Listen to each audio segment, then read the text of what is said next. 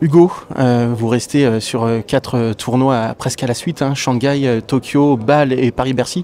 Déjà pour commencer, votre état de forme avant de commencer ce Moselle Open 2023? Je me sens bien, j'ai bien enchaîné les derniers tournois, donc je me pose pas trop la question de savoir si je suis fatigué. Donc je me sens bien, je suis content d'être ici, c'est toujours plus facile de finir à la maison aussi, là. Vous avez été battu par quand même des grands noms lors de ces 4 tournois, Medvedev, Rublev, Hurkacz et Zverev. Il vous manque pas grand-chose pour tutoyer encore plus les sommets. Vous n'êtes pas loin du top 20. C'est presque l'objectif de cette fin de saison? Ouais, bien sûr, ouais, ça peut être un objectif maintenant de pouvoir rentrer dans les 20. J'ai fait des très bons matchs contre des grands joueurs, contre le top 10. Ce qui est bien, c'est que voilà, j'arrive à les jouer assez régulièrement, donc je commence à m'habituer à l'intensité de ces matchs. Et ouais, finir top 20, ça serait beau. Est-ce qu'il y a un petit peu de frustration, forcément, quand on perd au tie-break du 3e set, et contre Hubert Hurkacz et contre Zverev? Surtout contre Zverev, vous aviez le break dans le 3e set. Merci de le rappeler, ça fait toujours plaisir. Je suis désolé. Mais non, on ne peut pas refaire le match, mais en tout cas, j'ai vécu un moment vraiment formidable. C'était un de mes tout meilleurs matchs. Il y avait de tout dans ce match. Il y avait une super ambiance. J'étais content de pouvoir jouer à Bercy devant le public français. Mais non, ça se joue à rien. Mais voilà, il faut juste continuer, être patient. Et puis à un moment, je gagnerai ce genre de match. Alors j'insistais, c'est surtout pour votre niveau de jeu. Votre niveau de jeu, il est là aujourd'hui. Vous n'êtes pas encore top 20, mais vous avez vraiment le niveau de jeu, comme le dit Daniil Medvedev, pour être top 20, top 10. En tout cas, vous avez fait une saison qui est déjà très performante. Ouais, non, mais il faut dire que j'ai une super équipe autour de moi. Ça fait 1 an et demi qu'on a mis beaucoup de choses en place. J'ai commencé avec eux, j'étais 150e. J'ai un super entraîneur qui m'aide beaucoup à comprendre comment je dois jouer. Donc forcément, quand j'arrive sur le court, je sais ce que j'ai à faire et c'est tout de suite plus facile. Ouais, justement, Jérémy Chardy, c'est votre coach, mais c'est aussi un ami depuis notamment les Jeux Olympiques, je crois, à Tokyo. Exactement, ouais, c'est là où on s'est rencontrés. On a vécu les Jeux ensemble, on était dans la chambre, on dormait à 2 mètres l'un de l'autre. Donc on a passé vraiment cette expérience ensemble et ça nous a vraiment rapprochés. Et malheureusement, ouais, il a eu des problèmes au genou, il a dû se faire opérer. C'est à ce moment-là que j'ai fait appel à lui et puis depuis, ça se passe vraiment super bien. Dans quel domaine il vous a permis de franchir un cap? Est-ce que d'être justement plus agressif, d'aller plus vers l'avant, d'aller plus au filet? Est-ce que c'est les axes de progression que vous faites avec lui?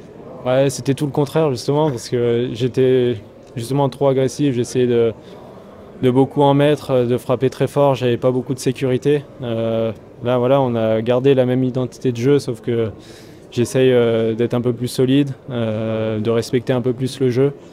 Et c'est ce qui m'a apporté. Après, il n'y a pas que ça, il y a aussi tout le domaine mental, le fait aussi que je me sente beaucoup plus à l'aise sur le court, sur le circuit.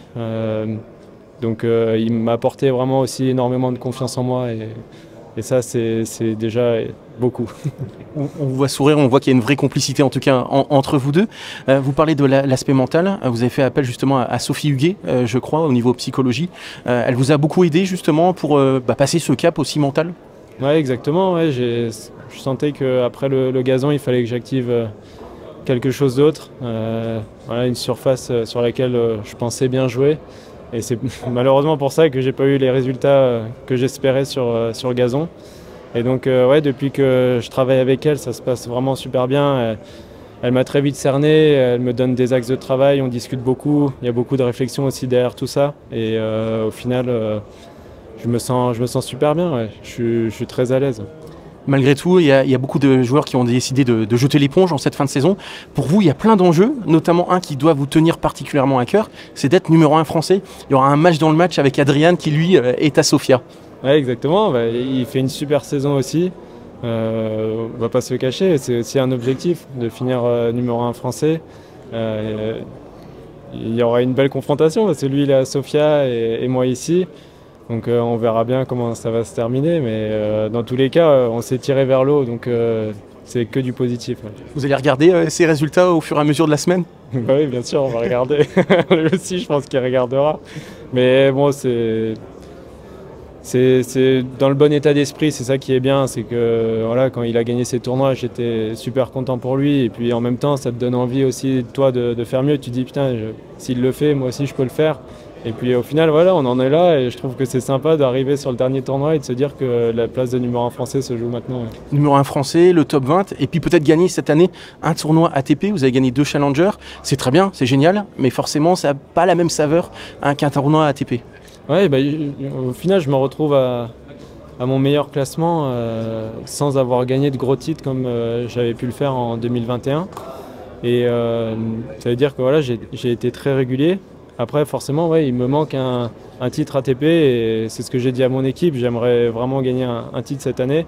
Là, je finis à la maison. Ça serait encore plus beau de pouvoir gagner à Metz.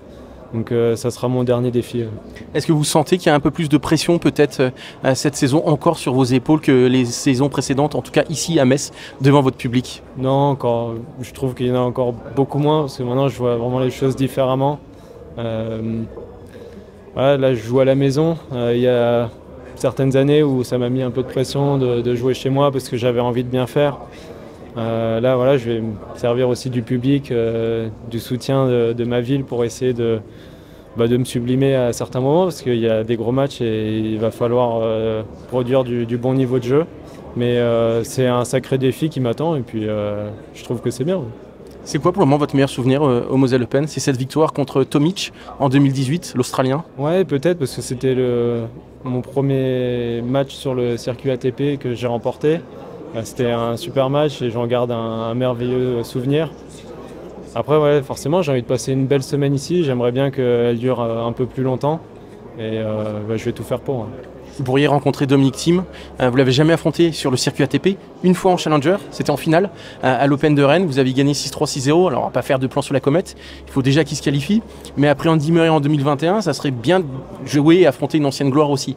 Ouais, si c'est lui, parce qu'il n'a pas encore gagné, mais si c'est lui, ça sera forcément un gros match avec beaucoup d'intensité. C'est un super joueur. Forcément, je ne m'attendrai pas à un match facile. Il va falloir le prendre très au sérieux. Puis il a bien joué en plus récemment sur les derniers tournois, même s'il n'a pas toujours gagné. J'ai vu un peu ses matchs et je trouve que voilà, il a aussi un super coach et je pense que ça sera un match pas facile. Combien de billets vous avez demandé à Julien Bouter pour votre premier match pour que justement il y ait tout Metz, en tout cas tous vos proches soient là? Je compte sur lui pour ramener du monde aussi, mais non, il y aura ma famille, il y a mon équipe aussi qui est là, donc dans tous les cas, j'aurai du soutien, ça j'en suis persuadé. Pour terminer, on sait que vous avez souhaité apporter votre soutien à Jo-Wilfried Tsonga, qui espère en tout cas être capitaine de Coupe Davis. Pourquoi lui, finalement, plus que par exemple un Gilles Simon, qui est un maître tacticien, qui pourrait aussi faire un très bon capitaine? Je pense, déjà de par sa carrière, de par tout ce qu'il a vécu en Coupe Davis, ça a été un pilier de l'équipe de France. Il a toujours bien aussi joué sur ces événements, ce qui n'est pas facile parce que c'est des matchs à part.